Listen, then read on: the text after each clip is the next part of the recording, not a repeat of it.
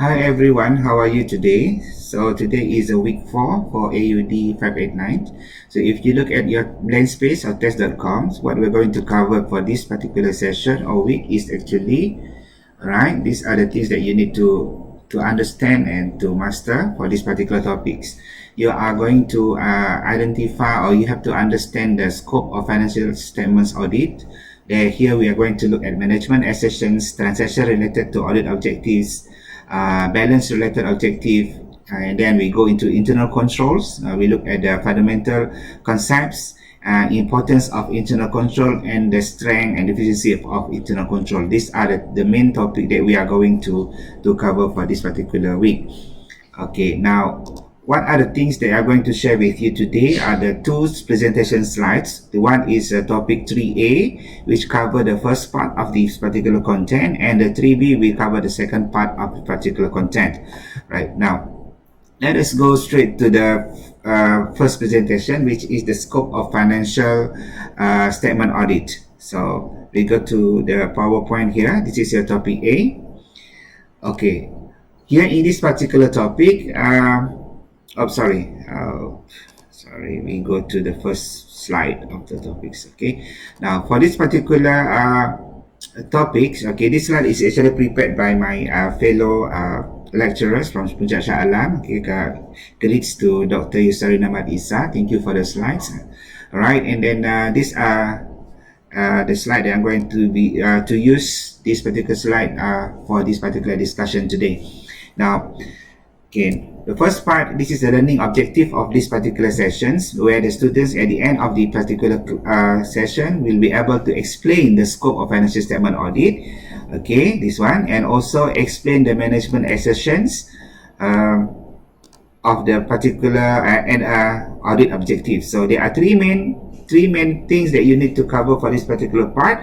Is you identify, you need to able to understand and comprehend what are the scope of financial statement audit, and also you are able to explain and comprehend what is meant by management assertions, and how does these management assertions related to objectives. Okay, now here, this is actually to recap what we have done in the previous topics. So basically, you have gone through this particular point, or with the first part, you are being exposed to understanding the objective and responsibility of audit. Same as and the other thing is that we covered is the introduction to audits and some legal requirement of audit in Malaysia. Then we look at Company Act 2016, as well as we look at the MIA bylaw. So this is actually what we have covered. So right, so and then in financial scope of financial statement audit, okay, we are going to look at this particular scope. First, we divide the financial statement into cycles, so that we are going to look into what are the cycles, and then we need to know what are the assertions related to the cycles, and then for that assertions, what are the audit objectives we are going to achieve. Okay, different assertions have different audit objective, and then once we have identified the objectives, okay, then we have to also identify what are the classes of transactions and the accounts related to that transactions. So this is actually the scope that we are going to look at. Okay, basically it's just the same like in your preparation of accounts. The first thing first is where you have to identify the transactions, whether it's sales, it's purchases. Then after that, then you divide them into a certain group, and then you put it in the different journals, and then from that journals you go into a different ledger. From ledger you go into trial balance. Then at the end of this reporting will be your financial statement. It's the same thing, right? So you must be able the scope of financial statement audits are the audit of those particular steps or process of preparing the financial statement, right? Now here, there are several cycles in of financial statement that we're going to look at. Okay, for this particular sessions, we are not going to go into detail into that particular cycles. Okay, this particular topic, you just need to know what are the cycles that are available. Okay, if in the financial statement cycles, there are sales collection cycles, there are acquisition and payment cycles, payroll and personnel cycle, inventory and warehousing cycle, and also capital acquisition repayment cycle. If you can see, the first three, sales, acquisition and payroll, is basically related to your statement of profit or loss, and you can see the last two, inventory and capital, is other cycle that relate to your balance sheet, right? Now, first thing first is you need to know what is meant by management assertions. Okay, here it's important for you to understand or to comprehend the term assertions is. What is assertions? Assertion is something you say, something you declare, something you depict, something you tell, something that you tell people that this is what you are. Okay, here is basically assertions is what the management say about the financial statement. If they disclose the financial statements having a sales of 1 million, so they are making assertions that that particular 1 million is actually the amount of correct sales, the amount of the complete sales, the amount of the real sales. So that is assertions. What is meant? That is meant by assertions. Here you can see that who are responsible in making the assertions. Here, management is responsible for ensuring that financial statement give true and fair view, meaning that they are making assertions that the financial statements are correct. Okay, and it is prepared according to the financial reporting framework. And also, they do explain, they do make various explicit and implicit assertions, all right? And the element of those particular financial statement, and all these assertions are actually things that they are making a declaration. So what's the auditor doing? What the auditor do is actually to confirm the assertions, to check whether the assertions is correct or not. That is what the auditor doing. That's why the term of the auditor is not ensuring but checking whether that particular financial statement is true and fair. Okay, again, the role of the auditor is not actually ensuring but checking whether the financial statement is true and fair, and it is prepared according to the standard. Right? How to do that? Okay, they confirm the management assertions. All right. So I got it clear. You get it clear. Okay, now assertions can be divided into several types. Okay, so these are actually you can see the acronyms is given here. Thank you very much. And then you can see the assertions can be divided into several parts, or there are several types of assertions that the management says. The first one is existence, occurrence, rights and obligations, completeness, valuation or allocation, measurement, presentation, and disclosure. Okay, don't worry about that. I'm going to explain to you the detail of what are those things, what is meant by the whole thing, okay, by the assertions. Okay, here, what is existence? Existence is something tangible, something real, something happen. Here you can see that existence of the assets and liability is actually exists. Okay, meaning that there is real thing, there's no fictitious things that happen. Okay, whatever is there is real, exists. So here you give example that management asserts that inventory shown in the balance sheet are physically exist and available for sales. There is no phantoms inventory. There are no we call fictitious inventory. Everything is real and is there and is variable. Okay, variables. Okay, it can be checked, it can be seen. All right, so these are existence. Okay, if there is existence related to sales, if they declare the sale is 1 million, so the 1 million is actually exists. There's no fictitious sales. Okay, there is no dummy sales. All right, so there is existence. All right, so here the management is making assertions that are all the assets are exist at given date, or all the sales are actually, or occurred. Okay, here are the assertions. So what the auditor do? They check whether it actually exists or not. Okay. Now, let us look at rights and obligations. So this is actually assertions saying that the management say that the assets are rights of the entity owned by the entity, legally owned by the entity, and also liabilities are their obligation. Liabilities are the things that they are obliged to pay. So they are obliged to make payments. They are obliged to make commitment to pay every month. So these are liabilities. So these are loan or everything. So it is really loan that owned by them, loan that they have to pay, and then our assets that are owned by them. So they are meant. These are what is meant by management assertions on rights and obligation. Okay, so you can see some of the example given here. Okay, management asserts that the entity has legal rights of ownership to the inventory shown in the balance sheet. So meaning that the inventory are actually owned by the organization, or maybe they can say that the assets, the PPE, is actually owned by them. So this is rights or obligation. Maybe they say that the long-term loan is actually their loan to the bank. They loan from the bank, so they are obliged to pay to the bank. That is their liabilities. Okay, now that are the rights and obligations. So occurrence is actually quite similar to the existence. You can understand.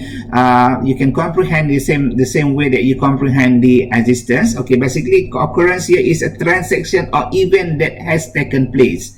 Okay, actually you make an assertion that is actually occurred. That particular transaction is actually occurred. There is no fictitious transaction. There is no dummy transaction. There is no created or what we call something that you don't have, but you create that particular transaction just to make things look beautiful. There is no. Okay, now this example of occurrence is management asserts that revenue reported in the income statement represent a valid sale, a real sale that occurred during that particular period. So that is what it's meant by occurrence. Then the next thing is completeness. Okay, here the management is making assertions that all the transactions are actually completely recorded, whatever they have in your source documents, and they put everything in the journals, and nothing is left behind. Nothing is unrecorded. So everything is completely recorded. All right. Next is valuations. So the assets, liabilities are recorded at appropriate carrying date. So how do they value? You go back to your accounting.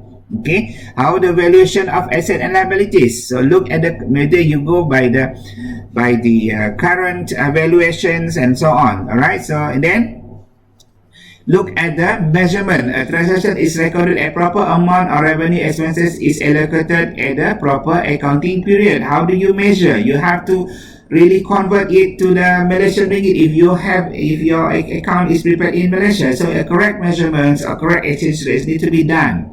Okay, and presentation and disclosure here. Amounts shown in the financial statements are properly presented and disclosed. Okay, here you have to be careful because sometimes we disclose things wrongly. For example, if you have a transaction of maintenance, okay, maintenance and repair, you might wrongly transacted into capital expenditure. Okay, for example, like renovation. Okay, renovation, maybe it's supposed to be transacted as a capital expenditure because it add value to your assets, your fixed assets. Okay, but you might wrongly classify that renovation as maintenance and repair. How? Then that's why you might wrongly transacted it at different classification. You might put it in a maintenance or repairs, and you will treat them in your profit or loss. So that is wrong. So make sure that here the management assertion is making assertions that everything that being disclosed are the amount shown are properly presented and disclosed. It is correct, it is prepared according to the standard, and it is actually transacted or we call placed in the correct we call expenses in the your financial statements. Right?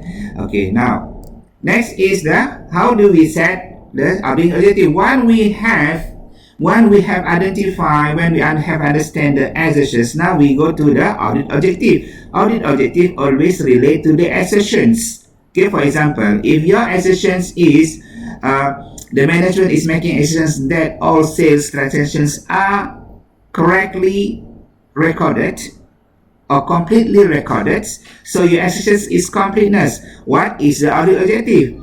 The audit objective is actually to check whether the sales are completely recorded or not. So these are actually the audit objective. So when you conduct the audit objective, you have to make sure your audit objective answering your the things that you want to test, what assertions that you are going to test. So that is setting out how you set the audit objective. So setting out objective is not that direct. You have to do some. There are a lot of things that you need to consider before you set an objective, because this have to relate to your scope of auditing. Because auditing is based on sampling. That is why you have to have a audit program and look at what area that you are going to audit, and that's actually set by the setting the audit objective. So here, setting audit objective can be divided into two parts. Okay, two parts.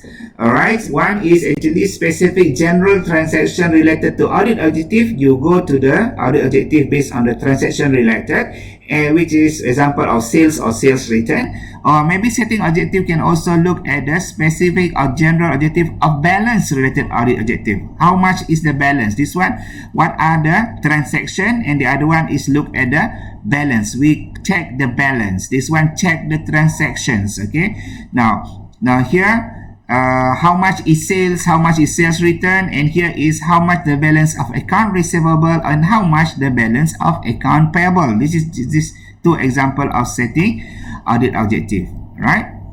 Now again, audit objective, as I said earlier just now, it must relate to the management assertions. For transactions related audit objective, it must relate to these assertions. Okay, you can see here. Okay, for transaction related audited, they look into the assertions of existence, completeness, accuracy, classification, timing, and posting and summarization. Now, can you see the difference?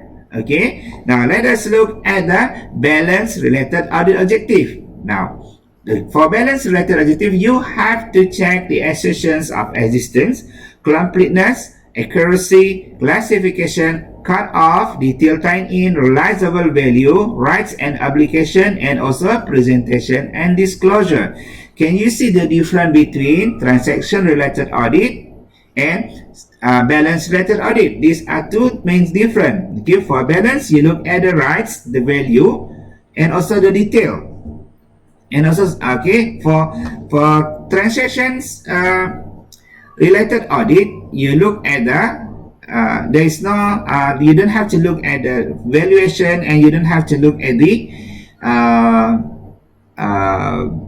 valuation or rights and obligation. You don't have to look at that. Okay, now timing here, what is meant by timing is actually when this transaction is actually occurred. Okay, basically timing is quite similar to cut off. Cut off is actually the time they are going to add the balance. Okay, if it is at the end of accounting period, so that is the balance of that particular end of accounting period. So timing here is meant that all transactions are occurred at that particular accounting period within that particular accounting period, but cut off is actually the end of that particular accounting period. So I hope you get it clear what are the the assertions related to the audit objectives. So now, how do you actually met or set the audit objective. There is no fast rule about that. So you have to do a lot of things to consider what are the best audit objective, what are the things that you're going to do, what are the objective they're going to achieve. So what important here is you need to plan your audit approach. Okay, if you are not planning your audit approach, you will not be able to identify the right audit objective. At the end of the day, you are auditing something that is not material. You are auditing something that is not actually a problem for a company. That's why you are actually exposing yourself to audit risks. We are going to look at audit risks later on, right? And then, so before we start, we identify the audit objective. First, we need to plan and design your audit approach properly. Then you have to perform tests of control and substantive tests of transactions. Now, these are actually to tests of control to test the internal control. Then later on, if you found what are the audit objective, then you have to do the substantive test. And then you need to also do some analytical procedure and test of details of balance. So you need to do some analytical procedure, okay, whether it's risky or not risky. So you can go through, you can later on we are going to look at how the analytical procedure is being conducted. And also the objective also set you help you to set to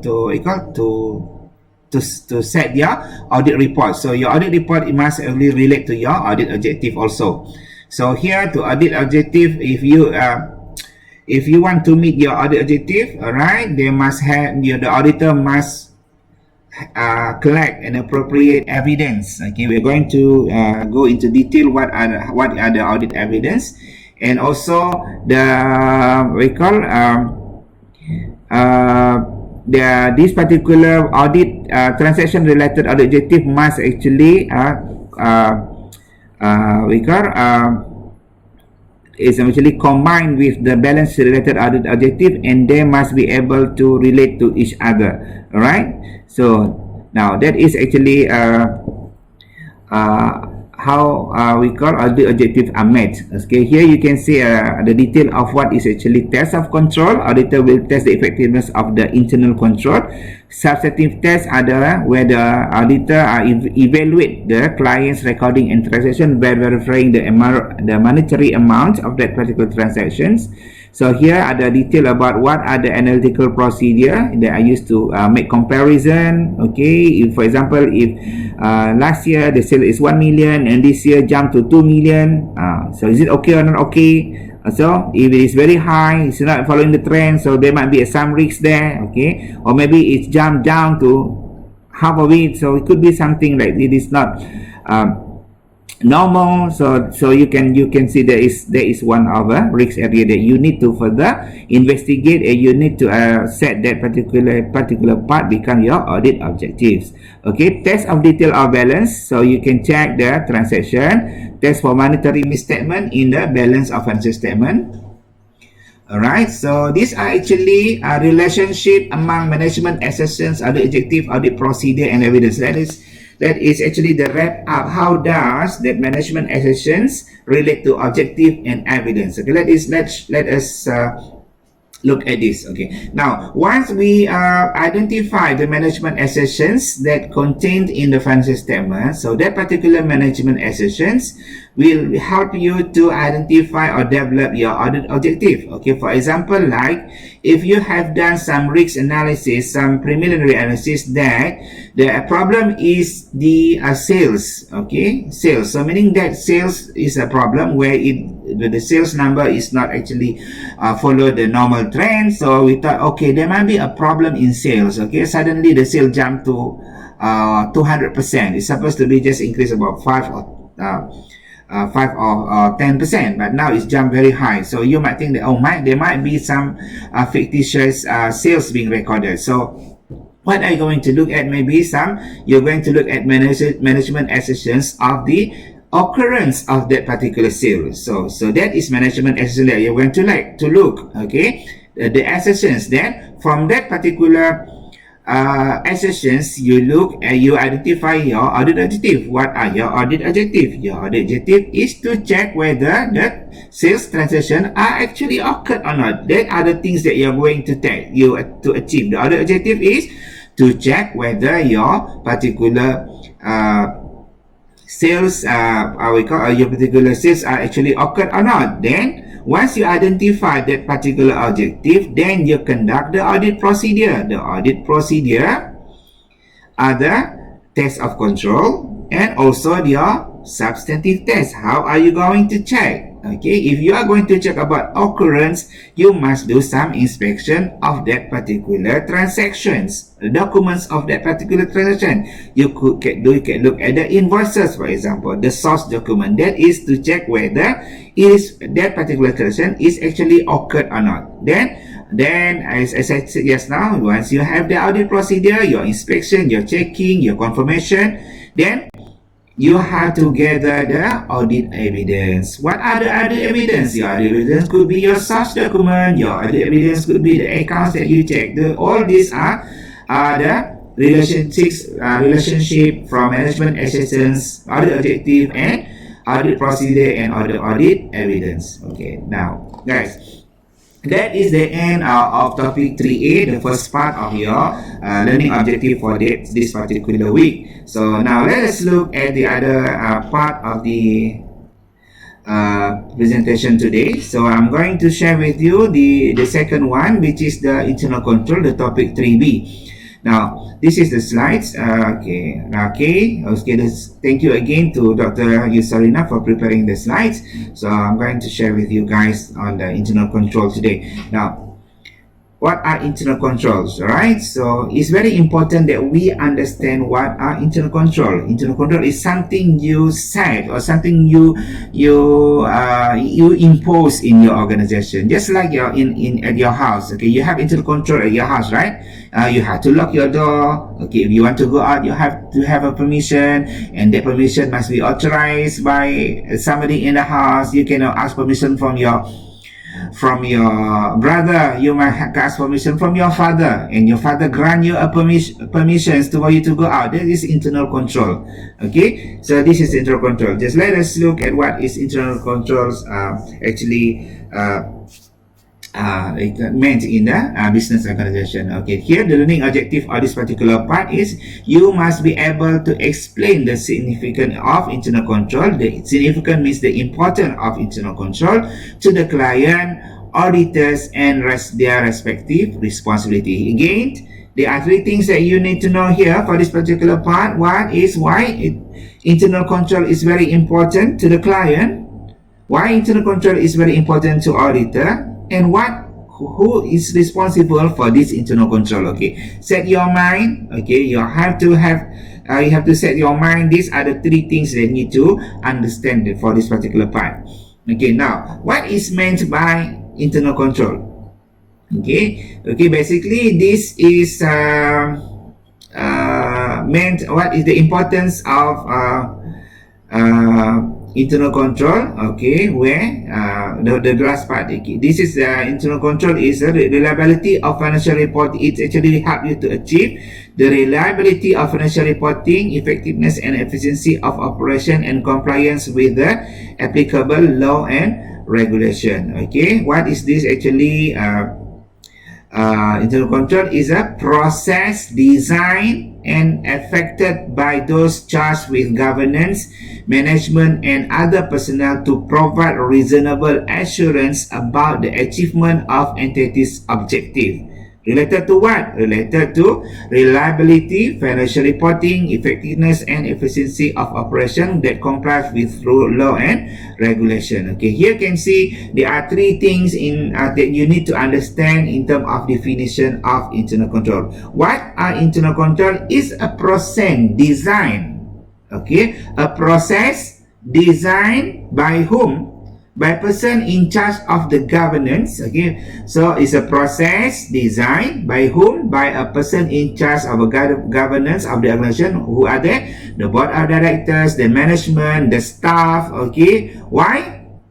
Because with this particular internal control, they have a reasonable assurance to make sure, to ensure that this particular internal control helps you to achieve the reliability of the financial reporting. It is effective and it is prepared according to the standards. So there are three things. What is internal control? It's a process prepared by the governance or the management of the organization, and then forward to give an assurance or ensure that your financial report is reliable and it is prepared according to the financial reporting standards or any rules and regulation or compliance to certain legal applications. So there are three things. Okay, bear in mind, these are the things that you need to understand about what is internal control.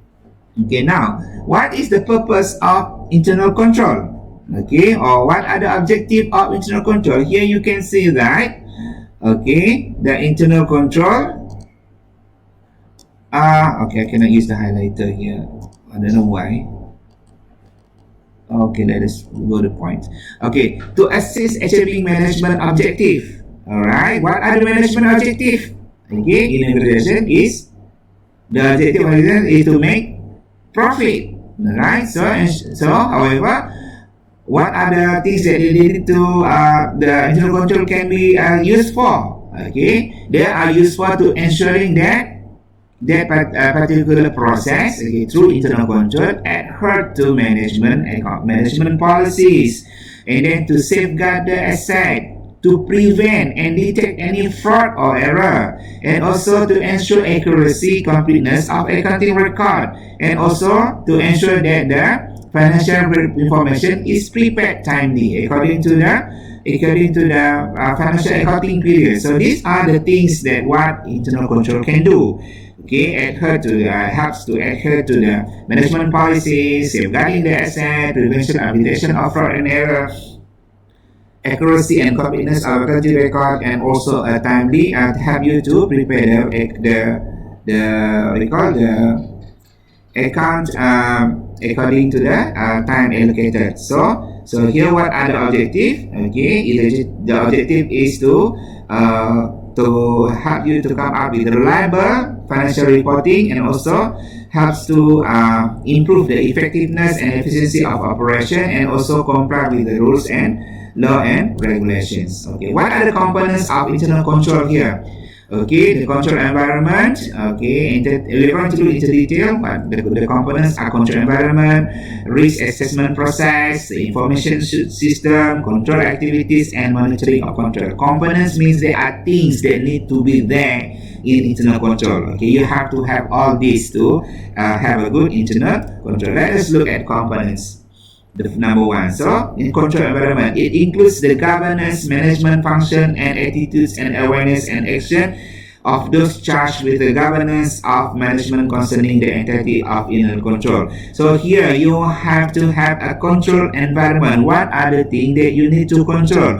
Who are responsible of control? Who are designing the policy of internal control? So you must have that control environment. You can see there, down there.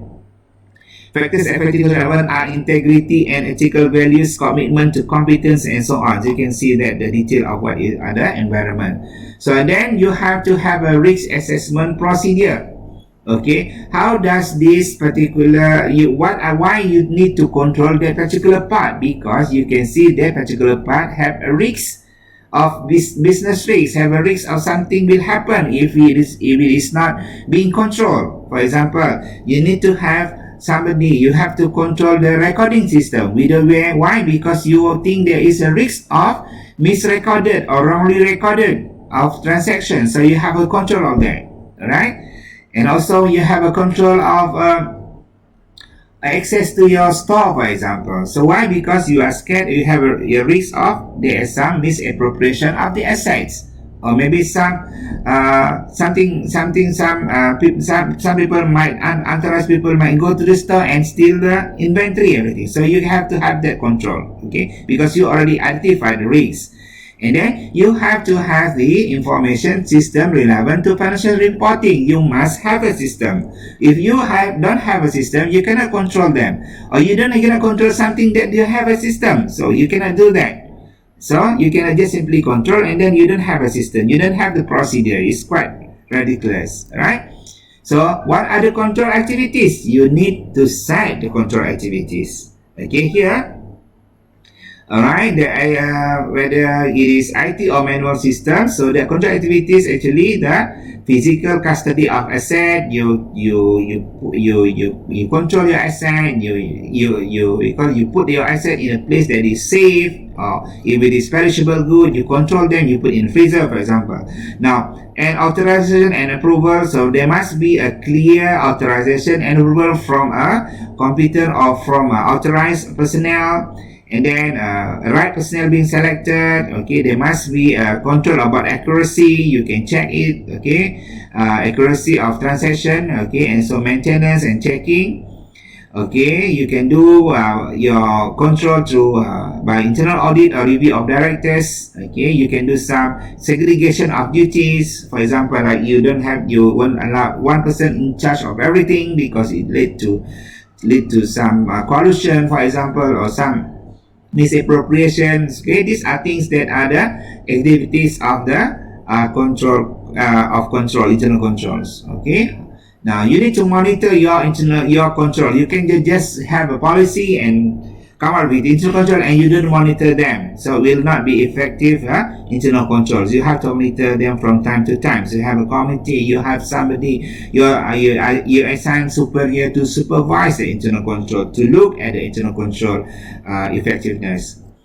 So then why is it important? Why is internal control is very important to the management? Because it helps the management to achieve their stewardship responsibility. Alright, that reasonable assurance to that educate internal control exists. So that is actually one of the importance of internal control. It helps to meet the purpose, the role of the management. It helps to safeguard the asset and records. So it helps to avoid misappropriation of asset, or maybe misstatements will happen where your record is not accurate or is not complete. So it also helps to the management to ensure that the operation run effectively and efficiently. Alright, there is no wastage in the operation. Okay, and it helps the management by giving a reliable information for decision making, and also encourage the management to adhere to the policies and also comply to the Company Acts, or in Malaysia in particular, talking about Company Act 2016. Okay, and then the next thing is, why is it internal control is that very important to the auditors? Okay, now here auditor need to evaluate understand the internal control to help the auditor to plan the audit and develop an effective audit approach. So they have to look at the internal control first before they set the audit program, because if they fail to identify the level of the internal control, they might have wrongly focus on what they want to audit. So they will lead to the we call evaluating a wrong control risks, and also they will actually having a detection risks. Okay, that's why at the end of the day they will expose to audit risks. They might give a wrong opinion. Okay, because they don't have enough data, or they have not enough evidence. So assurance about reliability of data. So here with good internal control, their data will be more reliable. So they look at how well they want to understand. The auditor need to know how well they control the assets and record. Alright, so we look at normally if they have a good internal control, they implement it correctly or effectively, they will have a good control of asset and records, and possibility of misstatement will be very low. And then it helps to the auditor to evaluate, to identify the entity's ability to record, right? How good are they, and also to see how management control over classes of transactions, okay, and also the accounting balance. So this is why the auditors we call the internal control is very important to the auditors. Okay, now what are the inherent limitation of internal control? Sometimes we have a very good internal control in place, but then there could be a problem in actually implementing the internal control. Okay, here are the issue that might be what we call makes that internal control is not effective. Okay, maybe there is some human error. Okay, you cannot control because they are due to the incompetence or due to the incompetency of staff. That's why, or the lack of control or human error, they could happen also. And then IT glitch. You know, some people are very good in IT. They can just simply hack the system and so on. Management override. Okay, here you can see that some management who impose the internal control, they might override the internal control because they have power and authorizations, right? And also cost constraint. Sometimes internal control is very expensive. For example, like segregation of duties. Okay, a good internal control will should have a good segregation of duties, but due to the financial constraint, so you cannot employ 2 person doing certain things. So you might multitask your staff. That actually give you risk of control. So that is a problem. And so company size. The bigger the organization will actually it's not easy to control. You have to have a very good internal control and effective control. If it is very big, then sometimes the process of controlling is quite difficult. So, okay, this limitation of internal control, you can actually look at the problems. There are challenges of internal control. You can explain this. Okay, all right. Okay, test of control. All right. For the auditor, they need to do test of control before they conduct the substantive test. Why? Because they need to evaluate, they need to test whether that particular internal control is good or not. If the internal control is not good, the auditor will see that, okay, these are the risk area that I'm going to audit. So that is why it's very important that they identify or evaluate the internal control before they set the audit objective. Before they come up with the audit plan, they need to test the control first. Failure to test the internal control, you might audit wrong things. You might audit a non-risk area. So that's why it will lead you to the audit risk. You might come up with the audit opinion, a wrong audit opinion, right? So here, what are the tests of control? These are the tests, as I mentioned just now, to test whether the level of the internal control, whether they are good or not. Okay, you can see here the detail. Tests performed to obtain audit evidence about operating effectiveness of control in preventing or detecting or correcting material misstatement at the assertions level. Okay, it is not actually at the auditor's level. It is assertions level. So they check whether how good is other internal control. How they do that? Okay, how the auditor do the test of control? They can do some of this procedure. They can inquire the client and personnel. They ask them verbally how they do the process, so they can identify what are the actual control. Inspection of documents, report, and electronic media. This is for the detail. They can check the documents. So from there they can see the internal control. Observation and application. They don't do anything. Just look at them, observe how they do the recording, how they control the process of payments, and how they control the process of receiving money and so on. So they just do some observation, or maybe this is what we call a walkthrough test. They do some re-performance. They do some recalculation with the personnel, with the client. So you want to see what are the problem in the process. So they do some re-performance. So there are three mechanisms of how they conduct the test of control. First, they ask, they inquire, they inspect, they observe, and they do some re-performance, or they do some walkthrough test. This is a test of control. So ladies and gentlemen, we have come up with the presentation for this particular week. And then okay, again, let me wrap up of what we are going to share today. So the first part is actually where you are exposed to what are the management assertions, the audit objective, how does this audit objective relate to management assertions, and how does that relate to the audit process and audit procedure. And the second part, we talk about internal control. What is meant by internal control? So remember, internal control, there are three things that you need to know about internal control just now. It is a process. Okay, process prepared by the management organization for what? For them to ensure or to make assurance that particular financial statement are reliable and prepared according to the standards. This is the internal control.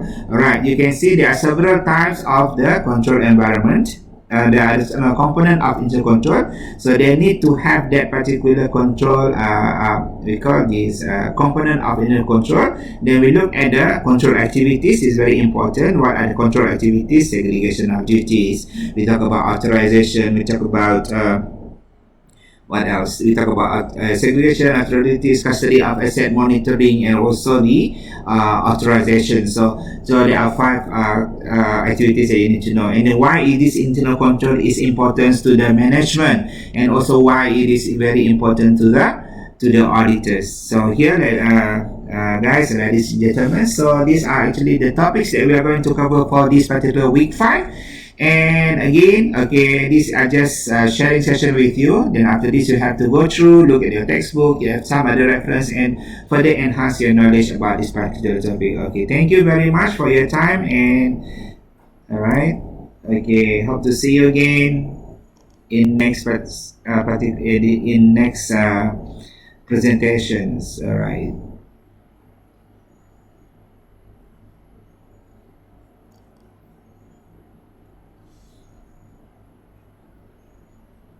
Dah. Okey. Dah habis. Banyaknya yang buat tu. Panjang ke? Makanya berapa minit dah? Tak. Lebih lah. Tengok. Tak tahu hasil rekod. Rekod lah 40 minit.